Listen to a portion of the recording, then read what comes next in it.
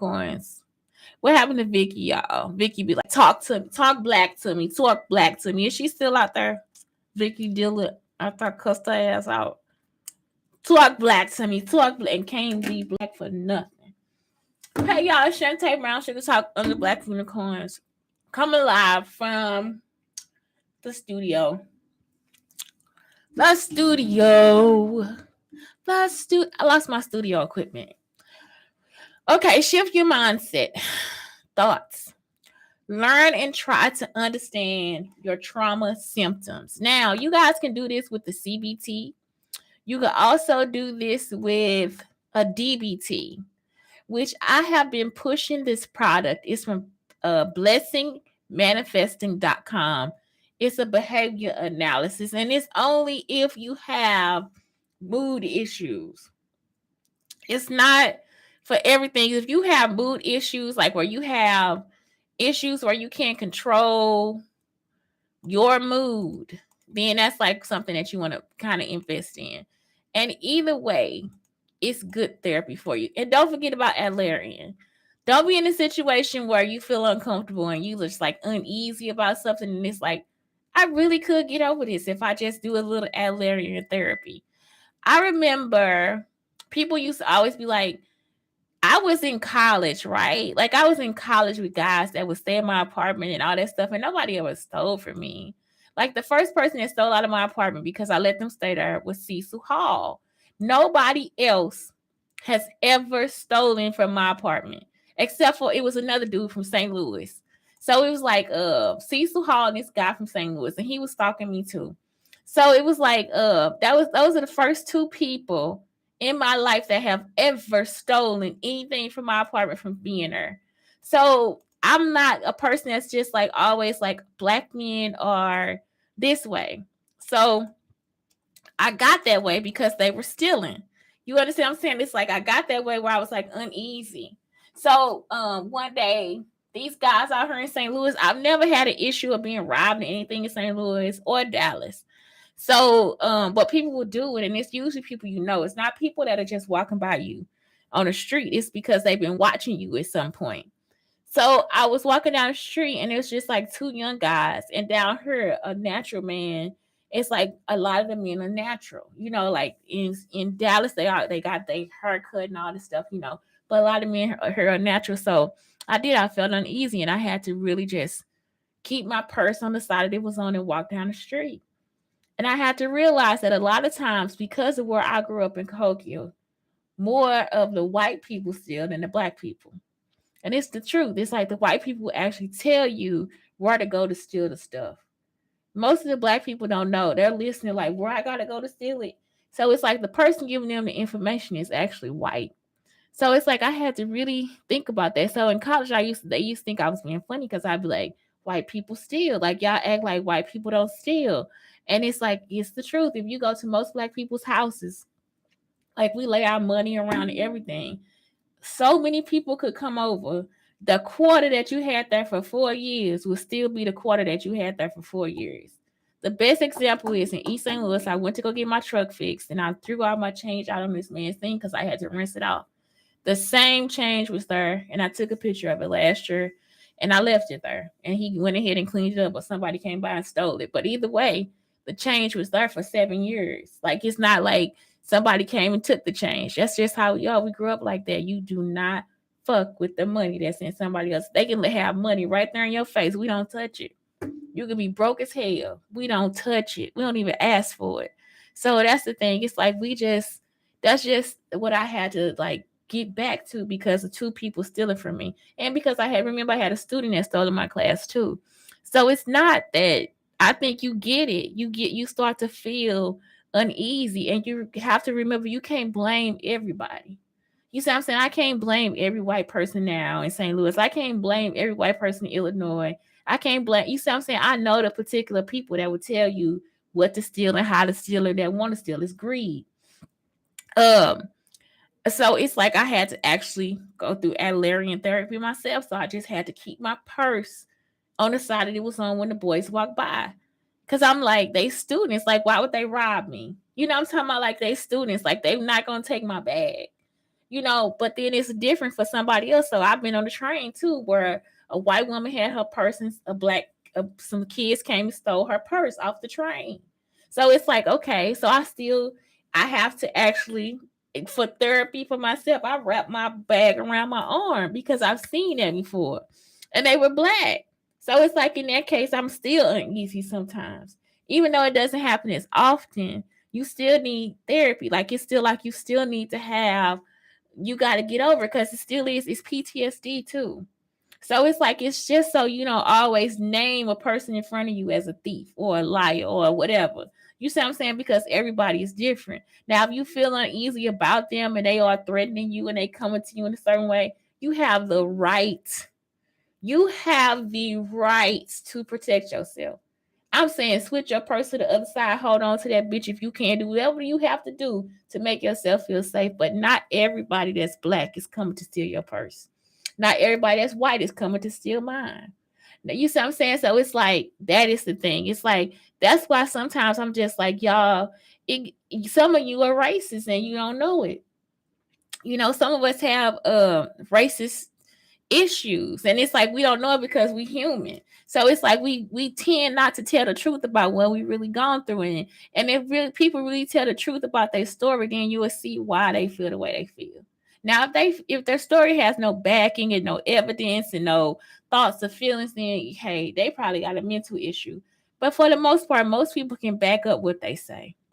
And if they are in a situation where they can't back it up, you could hurt. Like it's like if they are in a situation where they can't back it up, sometimes those people actually change their minds, especially after going through Adlerian therapy, because it's just a coming to an honest point in your life where it's just like, oh my God, it's coming to Lent.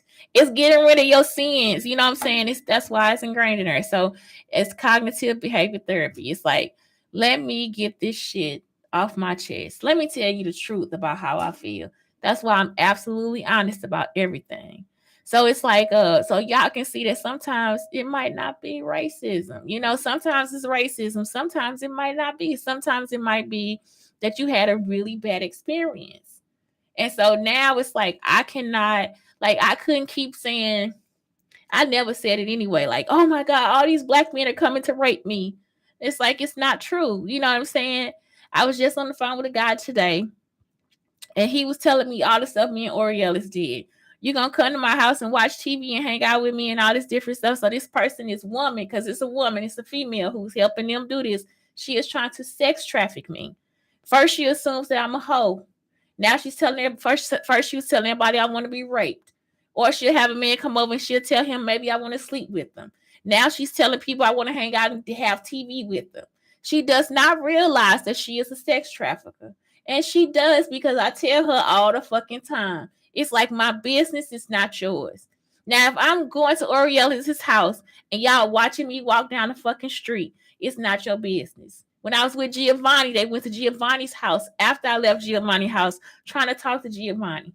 That's why Giovanni didn't want to make noise in there when we were sleeping together. You see what I'm saying? That's why he didn't want to tell me he wanted to sleep with me, because he didn't know how they was watching him. So it's like these girls or this woman is constantly following me, trying to be in my relationship. It's not your relationship. This has to be the most breach of privacy that I have. It's just like, I am not yours. And so now this guy's on the phone saying, "Come to my house. Come on to my house." I said, "Well, I'm downtown. I hang out downtown. Come to the library." He said, "I can get you something to eat." Well, downtown, you can give me something to eat here too. And that's what Daniel. So now Daniel knows what me and Orielis did, and Daniel knows what the Sigmas did. Now, you see what I'm saying? All the stuff they're looking at it in a different way. They're not looking at it all the time like it's mean, but it's mean, y'all. It's actually sex trafficking. I don't want to do the same thing with you that I did with somebody else. You see what I'm saying? I don't want to have sex with you the same way I had sex with somebody else. I don't. It's like, if that was the case, I would still be with them. So it's like, y'all keep looking at this shit just like at work. They keep thinking that that's something I'm supposed to do today. I don't want to do that. Stop stalking me. Stop stalking me. So these women can stop too. Y'all understand? It's like, it's not something that needs to be done. Stop stalking me, bitch. So anyway, this is it. Trauma recovery model. This is also in the Pinterest board. So, trauma recovery model, you have your foundational belief and your redeemability. And that's why I say first start with Adlerian therapy, because that will help you separate what's really going on from who is good and who is bad. Because not everybody, but if somebody's telling, well, this is what you want, it's like, why are you believing what they saying and I'm right here in front of you? That's not what I want. I'm telling you what I want right now. You have the power to ask me what I want. So then it's like, that's when I don't trust people, because it's like, I'm telling you that you are wrong. I'm telling you, I'm constantly telling him that he is wrong. He called me back to say he was right. I'm constantly telling you that you are wrong. If you know anything about my last relationship, you are wrong. If you assume anything about my last relationship, you are wrong. If it didn't come from this show, you are wrong. You are incorrect. So what do you want me to do? This bitch want me to just sit here and go through shit with her. Or this gay motherfucker, whoever got this shit. I don't want to do it. I'm not your business. My personal life is not your business. My job is not your business. Okay, so next, number 2, instability, chaotic. So layers of intervention: regular meals, bedtime, school, clear boundaries. So this is like something that you need. It's your basic needs. It's like this is like Maslow's hierarchy of needs, and I've been through this before. So underlying need for structure and routine in everyday life. And remember, this is like I remember I told y'all about how this is how they create forms for you to fill out and stuff like that. Because this is all they get to is like maybe level 3 when they trying to help you. So readiness to build relationships with adults, and this is for kids for real, because it's still coming from there. Layers of intervention: maximum 1-to-1 times with adult, clear boundaries, maintenance of structure. So something that I really want to talk about is privacy, because people continuously keep crossing the boundaries with me with my privacy. You see, because my life is not yours. My life is mine. Whoever I fuck is not your business. That's mine. Whoever I watch TV with, it's not your business. It's mine. Whoever I pray with, it's not your business. It's mine. So, with this, I say you still have to give children privacy, because you guys will have a child go through trauma and you won't give them time to heal with themselves. You won't give them privacy. You will keep some adults keep crossing boundaries into their space. And it's wrong. You have to give them time to themselves. They have to also be able to heal by themselves too. You don't want them to end up being too independent, too dependent on you. Some of y'all think that's cute. It's not. Need to develop trusting relationships with appropriate adults. Need to develop a secure base. That's when they building relationships again. So that's when they smiling more, when it's increased willingness to comply with routines, ongoing relationship difficulties, ongoing confrontational challenges and outbursts. This from somebody, this from an adult too. Like, I think adults need this too. Next is disclosure. So the layers of intervention: specialist therapeutic intervention, trauma, containment, co-regulation, interactive repair, bereavement counseling. So all these things are important. If there's like a woman who does like this great kid counseling, like where she talks about death, and it's like she has this awesome counseling situation where the entire family comes and stays for counseling. And so it's like they do activities and all this stuff, and it's really about grief, especially. And I think it's for families who lose somebody with cancer. So it's like, even with the person have a cancer, the whole time they are actually being taught about what this is and how it is and all this different stuff. So she has a lot of great ways to talk about it, especially with kids. So underlying need is processing past experiences and grieving losses. So that's what the person would need. It's like when you're going through those therapies, it's like that's what they have to go through. And remember, the grief process is like 7 or 8 stages. And anger is included in there. Anger is included in there too. Next is cognitive threshold. So the cognitive interventions: anger management, victim empathy, consequential thinking, good lives approach, and restorative practice. So integration of old and new stuff, development of confidence in thinking and planning. The show might go off, y'all, because I don't know. I'm here at the 2 o'clock appointment. I think it just kind of crosses over. Um, Guided goal setting targets, scaffolding structure, supportive into education, training, placement, help to structure free time constructively, motivational interview. So this is step 6, and the underlying need here is adult guidance supported planning. Sense of purpose and achievement, structured to maximize the chances of success. This is the thing when you're going through the trauma recovery model, and this is something I've been trying to tell people too. Some people may just not have to go through it. When I was pregnant, I lost my first kid. I didn't know I was pregnant. The pregnancy test came up negative. I did not know I was pregnant, and I lost the baby. So the lady comes to me and she's like, "You're going to need a lot of therapy." And you know why? It was because of my stomach. That's what I needed therapy for, because of the way she cut through my stomach. I didn't need it then, but I needed, you see what I'm saying? But I needed therapy more for my body than I did for losing a child. So it's just like I kind of just skipped to future planning because I don't know. I didn't know I was pregnant.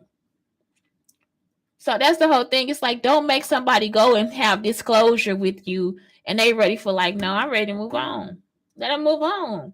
Don't hold people back because you want to go through this trauma recovery model. Next, provide a supportive safety net for learning.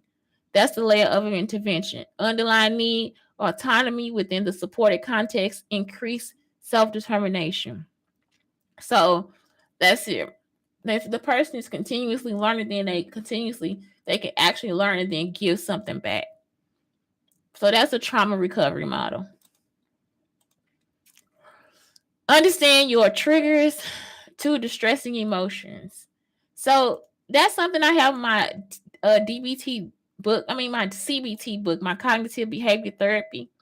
But you have to understand what your triggers are. And it's something that you can write down. It's like it's part of your plan. So if you planning, like if it's and you plan this with your family, you don't have to plan this with outsiders. I wouldn't plan it with new boyfriends and stuff like that. Sometimes you might even want to keep it from your partner because sometimes partners um are destructive too. So if you have a destructive partner, you don't have to, but it's part of your planning, like as far as understanding your triggers and your distressing emotions. So and you can make it easy. You don't have to write down and tell them everything, but like just say if I'm crying, just give me a hug. Give me space and give me a hug. That's it. You don't have to spend time trying to get to this point where you telling them everything and every little thing you have.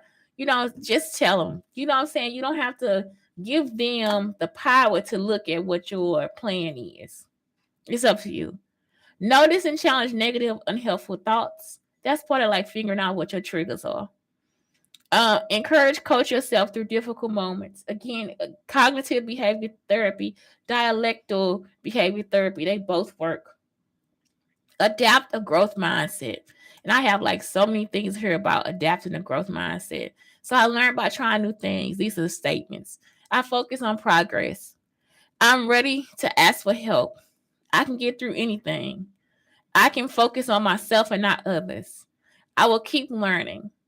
I will get over self-doubt, and self-doubt kills dreams. It's not okay to not know. And talent comes from practice. That's all it is. So it's like the growth mindset. I just put this in a lot of the growth mindset stuff because some people actually feel like they teaching growth mindset and they still won't understand what it is. Growth mindset is telling you that you can continue to achieve and keep learning and moving on, even though you've been through something else. I also put in something so you can remember to check in with yourself and journal prompts if you guys want to write journals.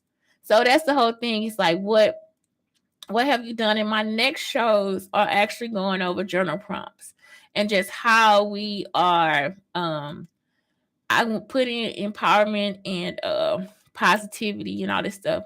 17 actions to take during tough times. Be positive, remain calm and level-headed, accept support. So these are things that will help you make out a trauma plan. So that's the main thing that I'm getting to today on this show. It's just you always want to make a plan. Learn from the past, seek professional counsel, And that's like you give, like I gave my son a number for the counselor for the, if I'm having like a huge anxiety attack, a huge PTSD issue, I would actually, he has the number to call the if it's out of control, dial 911. Face reality, own the problem, make tough choices, set priorities, build momentum, remain true to your values, be loyal, find an outlet for relaxation, be a teacher, never quit, keep the faith, and learn from the experience. So that was 17 actions that you take during hard times. If you have issues with loving yourself, that's that dialectical behavior therapy. So that's the blessing and manifesting is $5. You can go on here and you can see like how that's impacted you. Okay, what this is that we do, how to cope with trigger trauma memories, and that's what I'm saying. You can move your body, you have grounding techniques, go outside, practice cozy self-care, let emotions be, try tapping, get support. So it's like you got to move around. I also put in mindfulness for kids. I also put in a window of tolerance. So the window of tolerance, remember, when you get to a point that it is just too fucking much, when life is too much, you will scream, you will shout, you will holler, everything. That is you throwing yourself out the window of tolerance. You are throwing yourself out the window. You understand? Because now it's like this is too much. And it's probably not something caused by you, it's probably caused by somebody else. So when you do that, it's time for you to actually start to heal yourself again. That's when you start to calm down and start to like just go through the therapies that we're saying. What's your vulnerability? What did you what happened during this situation? What happened after? So that when you throw yourself out the window, that's the after. That's when you just like, okay, now I'm recovering. And that is the best thing for you to do. Like when you get to the point of when I say when you get over your own bullshit, that's when you throw yourself out the window. And that's when you can fully start to heal. You see, because now you have realized everything that you have gone through, every emotion that you had, every action that you took. And now it's like, okay, do I keep this same behavior or do I correct it? And it's okay for you to keep it or correct it either way. If it works for you, it works for you. If you got a box, by all means, go and box. You got to do karate, by all means, go do karate. If you got to cook 20 cookies, go cook you 20 cookies and line them up. I used to have to do perfectionist things. I would cook 3 cookies and count the calories. I would like eat chia. You know what I'm saying? I ate really healthy. I'm talking about super healthy. So it's like all these things, it was so I can have control of my body and control of my life because I lost control of it. Somebody else was trying to control it, which they still try to control it now. So it's like I got over my perfectionism, but I'm still the person that I am. I'm still the organized and level-headed person that I am. So it's like those things are important to me because if not, that it will cause me anxiety. I have to stay organized and neat and prepared. So that's it. You see? So that's it. It's Brown Sugar Talk on the Black Unicorns telling you trauma coping skills. You guys, there are 4 shows for this. Deep resilience, relaxation skills, emotional, physical release, and shift your mindset and thoughts. I'm telling you that that's okay. All of it is okay. Just learn to cope with it and remember that sometimes it's just not your fault. All the time, usually it's just not your fault. You see, push on and push past and you'll be good. Anyway, thank you, Blake, and I love you. Please, guys, have a great day. And I will see you tomorrow. Hopefully, I'll see you tomorrow. Have a good day.